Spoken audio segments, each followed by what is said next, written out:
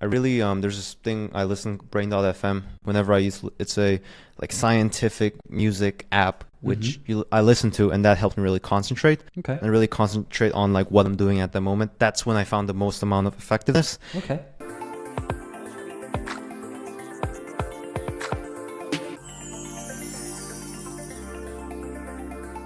We have come out of the usual Get Stuff Done podcast location because I am in Gangnam and I'm joined by Elim Kalilov. And the reason that I wanted to invite Elim onto the Get Stuff Done podcast is because, well, first of all, tell everybody how old you are. I'm going to start with that. I'm 17, currently attending high school. So do your parents, have they given permission for you to be on the podcast? Hopefully. But it might be surprising for you to hear that. But the reason that I wanted to invite Elim onto the podcast is because he recently joined a foreign entrepreneurs group here in Korea. And despite still being at school, he has exhibited a lot of very entrepreneurial traits. And he's clearly somebody who can get stuff done. He has his own podcast, which I've also had the pleasure of being a guest on. And maybe you've already seen that, and now you're watching this episode. And so for those reasons, I wanted him to come and be a guest on the Get Stuff Done podcast. Elim, thanks for joining me today. Thank you so much, Gordon. It's my pleasure. So, Elim, you're based here in Seoul, but where are you from originally? I'm originally from Bishkek, Kyrgyzstan. It's a country in Central Asia, and our parents immigrated here when I was 1, and I've been in Korea ever since. All right. And so my first question I ask all my guests is, how do you get stuff done? Or what does it mean to you to get stuff done? Yeah, that's a very good question. I mean, I kind of, this is very difficult. I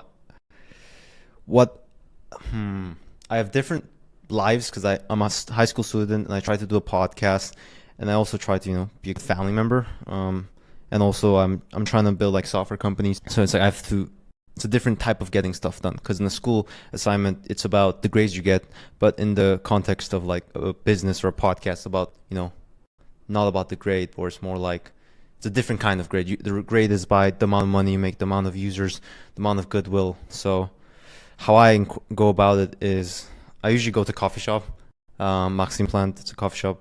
And I usually go there and first write down like a couple of things I need to do. And then I try to get them done that day, which I'm not really good at following, but I do try. And I think, how do I get stuff done? It's such a... I really, there's this thing I listen Brain.fm whenever I use, it's a like scientific music app, which I listen to, and that helped me really concentrate. Okay. And really concentrate on like what I'm doing at the moment. That's when I found the most amount of effectiveness. Okay. I haven't been able to get as much stuff done recently. School's over and my mind kind of is a little tired, so I rested for a little bit, but that's usually what I incorporate. And the coffee shop, I think it's been the most pivotal thing for me to get stuff done, because, as a kid growing up, there's all that habit you build when you're in your home. But then I go to coffee shop and I can build a new habit. And the habit I ended up building was, I go there to get work done. And there's other people near me, so I can't be like playing video games, or I can't be like watching YouTube videos because... But I mean, I don't know for people watching and listening to the podcast what they were doing when they were 17. But speaking for myself, I was not anything like as kind of enlightened towards getting stuff done in a business context. I definitely did not have very clear things that I was doing outside of my studies. I mean, in the UK, 17, 18 is A-levels, right? High school. And that's pretty much what I was focused on, apart from maybe going to the occasional party. Of course, that was house parties, not going out to drinking establishments, because still underage at that point.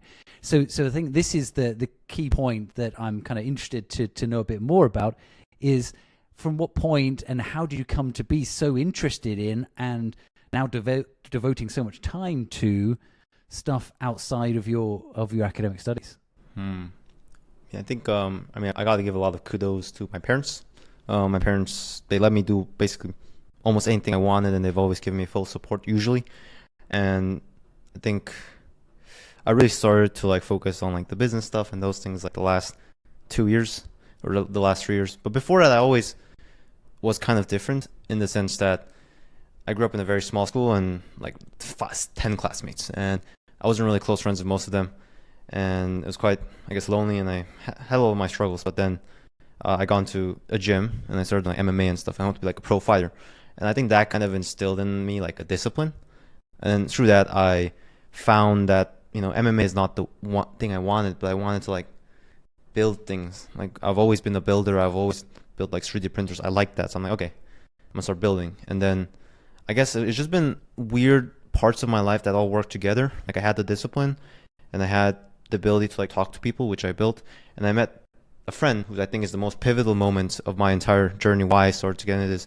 He was, I think, 15 when I met him, and he got funded $150,000. Okay. At 15, and I was like mind blown. And he told me, I can talk to adults. I can like go to these events. It's not like you are a nuisance. It's actually more. They think it's more crazy. They're gonna like you more. And I guess that was the moment when everything changed. Okay. Yeah. I mean, just the way that you talk is already relative to your age so far ahead of the curve. Gary Vaynerchuk is always telling people to slow down, take your time, be patient. Life is long. Many of the most famous, world changing entrepreneurs didn't start their businesses till like 50 or 60, and yet here you are as a teenager already kind of focused, already surrounded by people who have got funding. So I think that's I think the very interesting part is that you're kind of almost creating options for yourself already so far in advance. So you said you go to coffee shops. So is that like now you're on kind of like summer holidays? Is that's easier to do? But what about during term time? Term time, I'm kind of thankful because I'm in Korea and there's literally coffee shops everywhere. Okay. So even in term times, I go to coffee shop and I get my school assignment done.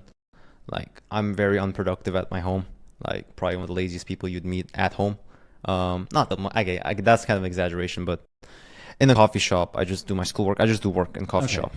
You saying you're lazy, I think I'm going to take that with a pinch of salt, because I think that might be by your own grade scale of lazy to getting things done. But that's for maybe a chat of another time. What are some of you mentioned you're very grateful to your parents for giving you the space and freedom to do what you want, but do you have other influences in your life, opinions that are kind of like forming you, people that you're following, maybe other podcasts as well, like Get Stuff Done podcast? I don't know. Yeah. Outside of my parents, I mean, a lot of my cousins, they're back home, and they're kind of influences on me in that they kind of tell me, hey, I'm proud of what you're doing. So that's really inspiring. So that's been helpful. I listen to a lot of podcasts. That's why I started podcasts. I'm kind of more inspired by like historical figures. Okay. Not because most historical figures, they kill a lot of people. Outside of that part, the other part I'm kind of inspired by. And Getting stuff done, killing a lot of people. Yeah, that's a whole nother thing. Yeah, it's kind of a thing of historical figures. But I was kind of inspired. Like when I was younger, I looked up to Nikola Tesla a lot, and then right now, Julius Caesar, George Washington, Cincinnatus. Those are some people I kind of listen to. But I listen. Yeah. Sorry to interrupt. Who would be the most prolific or well-known person from your home country? Would you say? I don't think there is. I don't have. There's some founders, but they're not like, they're friends of mine, but they're not like successful people who I really look up to. Your country's known for wrestling, I think. Yes. Any famous wrestlers, maybe? I actually don't think. There's a fighter. Okay. I think it was Valentina Shevchenko. She was like the UFC female, like one of the best fighters ever. Okay. So I guess she's an inspiration. But I think if you go back a little more back in history, there was a philosopher in near where I was born, and that's kind of inspiring because it's like, oh, there's philosophers who changed the course of history who was from 50 kilometers from my hometown. Okay. So I guess those are some people. But I think I don't feel really Kyrgyz because I grew up in Korea. You've lived so much of your life here. So Okay. I kind of take more insight from just like a various sources of people. Another part that we talk a lot about on the podcast is transferable skills. So not just the hard skills, technical skills that people need for work, but the things which you literally can transfer from one job to another. And one of the kind of most common transferable skills categories, if you like, are languages. Tell me about the languages that you speak and the kind of the order of your comfort with those languages. Sure. English is my most fluent. And Korean is second, and then third is Kyrgyz, and I can kind of speak Spanish, but not really. So I guess those are my three languages. Okay. But English primarily. Korean, I went to Korean school for a year, but I don't really like speaking it as much because I kind of grew tired of it because of Korean school. Okay. All right. So those three languages. So do you know how many Kyrgyzstani people there are in Korea? Not a lot. I think there's like maybe 10,000 at that, 5,000. Okay. And I think I've met most of them. It's a very small group of people. Well, if there's 5,000, then that's more than Brits, because there's only 4,000 Brits. It might actually be lower than 5,000. I think it could be lower than 1,000, maybe 500. Yeah, but there was a Kyrgyz charity event. My father actually hosted, and there was like a lot of Kyrgyz people, and I think I met 500. Okay. So there is So a that's small going to be community. the majority of the community. Okay. And so when it comes to like these transferable skills, would there be one that you feel that you have kind of used to good effect, one that you feel that you've kind of relied upon that has already helped you in your life so far? I think communication, or like a blend of communication and authenticity. Okay. I think that's been like my greatest transferable skill. In that, in school, most of my teachers like me because I'm very honest with them, and I'm like, I communicate properly that, hey, I don't like this, I like this, and I'm very welcoming. I think I'm come across as more friendly, and I think that's been the most helpful because I go to these networking events, and usually 99% of people, I end up talking with them afterwards. So I think that's been a transferable skill. And the little money I made from the other business pursuits, it's been helpful because we communicate with my co-founder about what to happen, and it's been improving ever since. And I think that's the greatest power I've had. Mm-hmm. Mm-hmm. And I think, you said that you're also up to a similar number of episodes as the Get Stuff Done podcast. What's your plan for that? Where do you see that going? Sure. So my podcast, I want to build into like the biggest startup podcast in the world. I'm at episode 31, I think. And yeah, my goal for that is the biggest startup podcast. And the reason why I want to build it is I just want to talk to a lot of founders, but I also want to make a second podcast with that large network to just interview people I find interesting, kind of like Diary of a CEO. Mm-hmm. It kind of deviated from CEO and it interviewed more other people because I really want to be able to talk with them because I want to ask them all the questions I've had in my life. So that's been one. And I want to use that as a way I have a lot of ideas I want to build for entrepreneurs. One, the thing I feel really sad about is I see a lot of great entrepreneurs, but I'm worried that they're going to die soon because they don't take care of their health. And, for example, Elon Musk, I look up to him in certain aspects, and he's not healthy, to say the least. But 14 children, I think he's had, or 11 children, or something crazy. So in one sense, he has a legacy of the children. He also has a legacy of all of the companies. So in that sense, for me at least, one of the things that I'm trying to do with my entrepreneurial journey is create a legacy and have something that goes on perpetually beyond my lifetime. So maybe the other founders feel that way as well. Yeah, definitely. But health is important. There's no doubt about it. Yeah, and evermore, it's not living longer. It's just like their mental faculty. Mm-hmm. Because there's also like people in like politics. I want their mental faculty to be on point so that they would make better decisions. And I think one of the things I want to use with this podcast is, kind of sell my own product, which is kind of like a personal high-end, kind of like a your entire health taken care of. So Okay. wherever you travel to, there's saunas, there's everything's placed for you. There's a workout assistant with the right gym. Everything is promoted for the efficiency. So like you get the most ROI. It's not like you spend 4 hours. No, it's just like, oh, you spend 45 minutes and then you get it like 3 hours of life extended back. Right. Okay, so flip things around. Have you ever had a time when you have really failed to get stuff done? How did you address that? What did you do to get back on track? Yeah. I guess one of the biggest failures I had was I was building a software company with my friend, and we were getting a lot of users, and we made some money. I was really excited, but then we had competitors, and it was quite difficult to code fast enough, and I felt a little pressured. So that's kind of the reasons why it also felt like it was stagnating, and my co-founder was also kind of giving up. So I was like, okay, let's leave the project. And I felt like a failure because I felt like if I could have extended it to a higher revenue number, that could have really sold myself, because it's not at a high enough revenue number. It's like, wow, it's so crazy. Okay. So I guess that's another failure is just, the podcast, I told myself I would do 3 times a week. It's been very hard to keep up with school as well. But I try my best. 3 times a week is an incredibly high output. For us, we've gone from weekly to every other week in order to try and maintain that quality.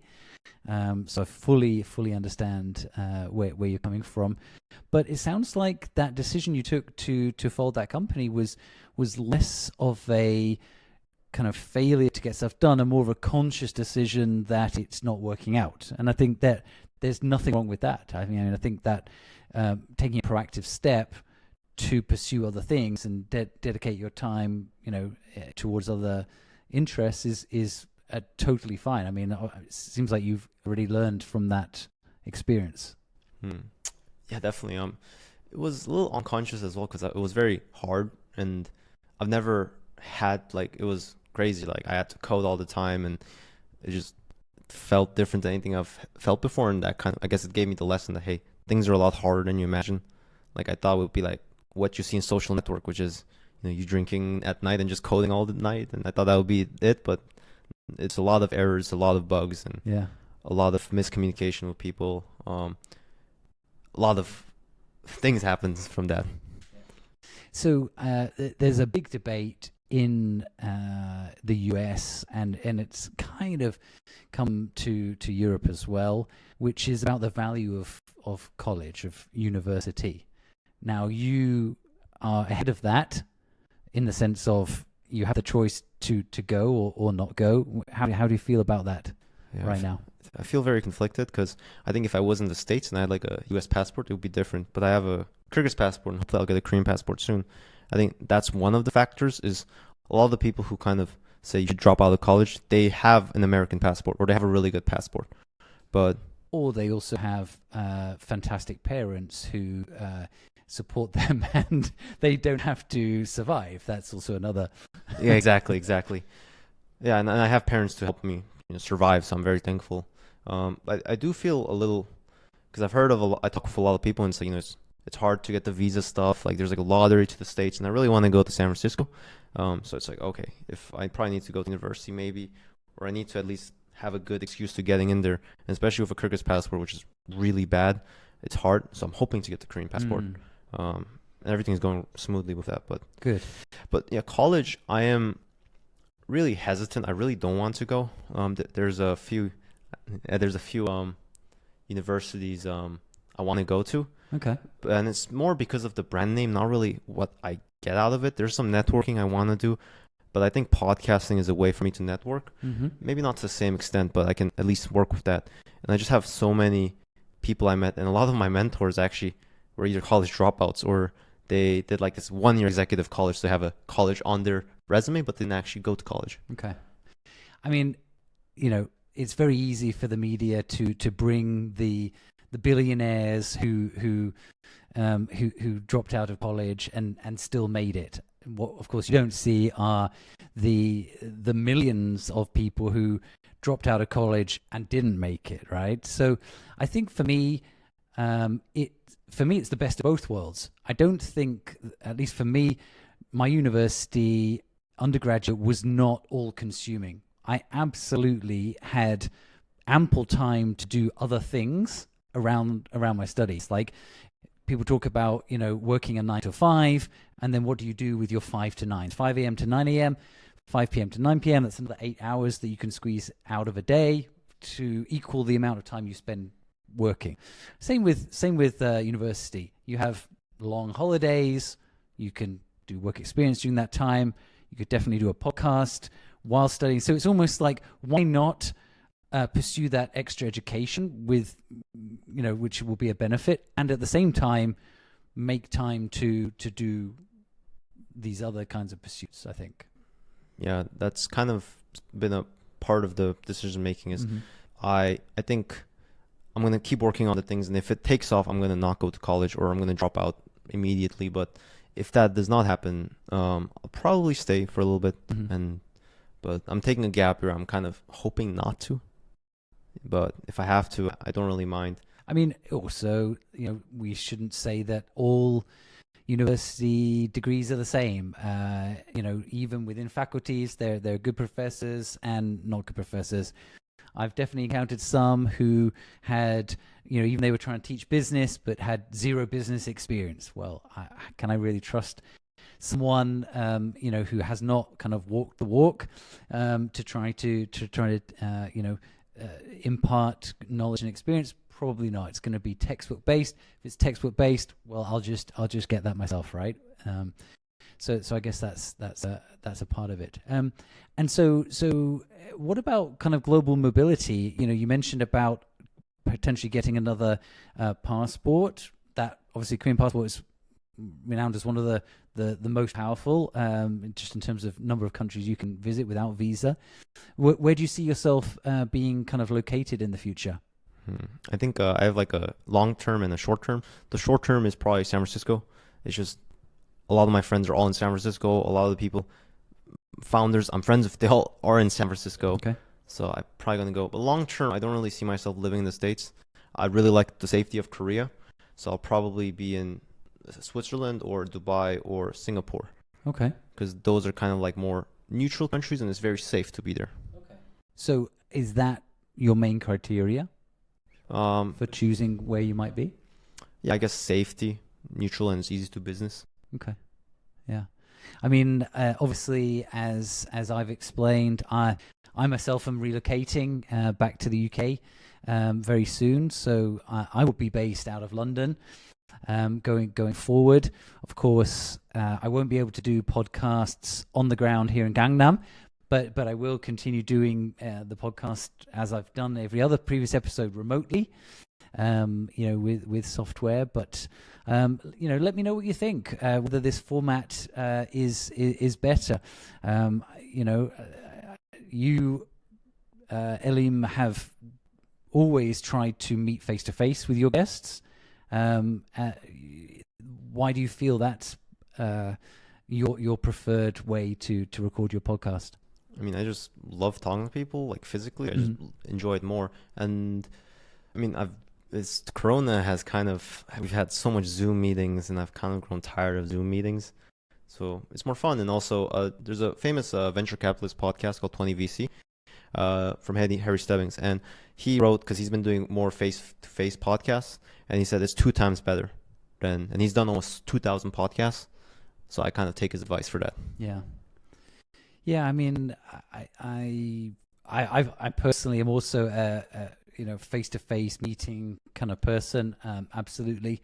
I guess from my guest selection perspective, it allows me to access a greater variety of people located in different countries, and I've been able to have guests from the US, from Canada, from Singapore, from Australia, from Hong Kong, and the UK, and of course Korea. So a good variety of people, and so I guess it's a case of mixing both.